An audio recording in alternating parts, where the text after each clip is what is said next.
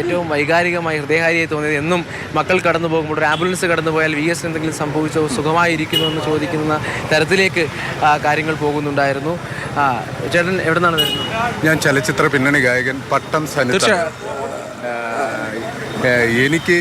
ഞാൻ ഏറ്റവും ആദ്യം വി എസിനെ കാണുന്നത് 13th പാർട്ടി കോൺഗ്രസ്സിന് ജിമ്മി ജോർജ് ഇൻഡോർ സ്റ്റേഡിയത്തിൽ ഞാൻ തരങ്ങിണിക്ക് വേണ്ടി പാടിയ അത് ലൈവായിട്ടും ഉണ്ടായിരുന്നു, ഇവിടെ ഉണ്ടായിരുന്നു, ശംഖുമുഖത്ത് വെച്ചും ഉണ്ടായിരുന്നു.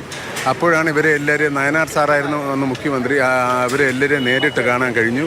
അതൊരു മഹാഭാഗ്യമായി. വി എസിനെ ഓർക്കുമ്പോൾ എപ്പോഴും മനസ്സിൽ വരുന്ന ആ ഒരു പാട്ട് ഏതാണ്? ലാൽ സലാം സഖാക്കളെ, ലാൽ സലാം സഖാക്കളെ, സലാം സലാം സലാം സലാം സഖാക്കളെ, ലാൽ സലാം സഖാക്കളെ, ലാൽ സലാം സഖാക്കളെ, സലാം സലാം സലാം സലാം സഖാക്കളെ.